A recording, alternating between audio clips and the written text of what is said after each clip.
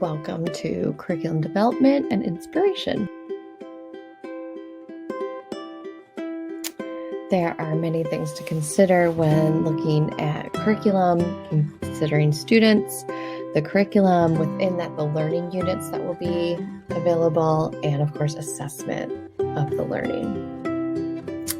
Let's take some time to get inspired by some ideas so that we can take it back into our own planning.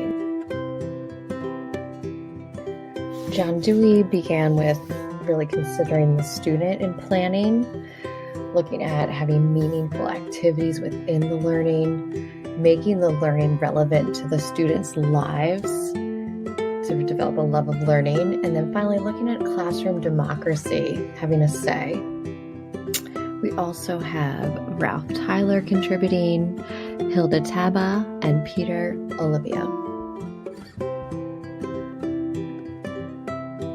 Tyler emphasized preparing the students for life, looking at both students and society as a source for developing the curriculum, developing skills in thinking. It was an inductive approach, so really looking at more generalizations moving forward, and objectiveness. Tyler used two screenings or lenses to look through when developing curriculum, a philosophical screen and also a psychological screen as well.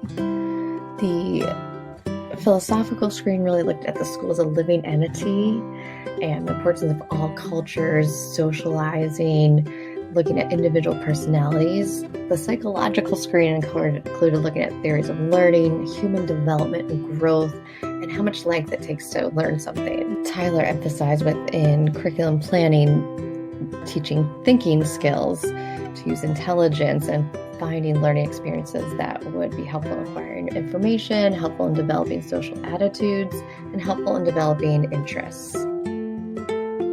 All of these ideas are great to consider in curriculum planning. Hilda Taba emphasized teachers contributing to the design of curriculum rather than administration, looking at learning units. She used deductive approach. She started with specifics and then building to general design, and finally emphasizing behavior change. Taba was grassroots in believing that teachers should be involved in design rather than being handed down from administration. She thought that they could really look more at the students to design a curriculum that met the students' needs. In creating the learning units for each grade level and subject area, the first step was to identify gaps, deficiencies, and variances among students, and really to form objectives based on those and to organize the content so that students would be able to learn it efficiently.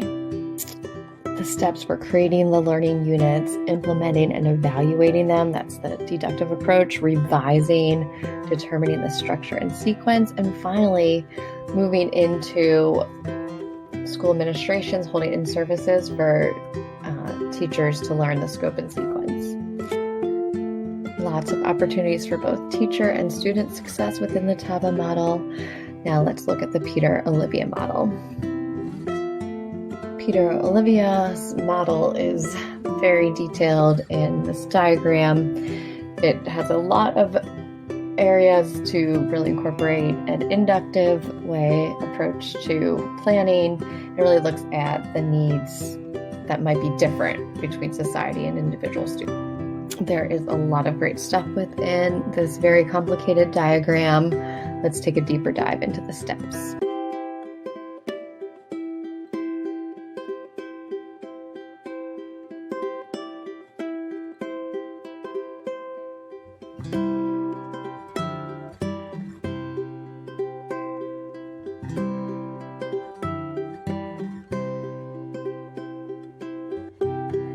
The Olivia model is a step-by-step process which has a lot of time spent in planning, evaluating within that planning, and then making modifications. And it's not necessarily a sequential linear process, but can go back and forth. Component 1 looks at educational aims and principles of the authors. Component 2 looks at the needs of the community and individuals within that.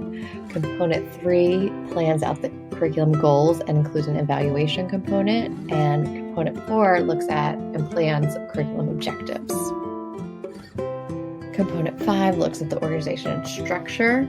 Component 6 and 7 looking both at the instructional goals and the curriculum goals.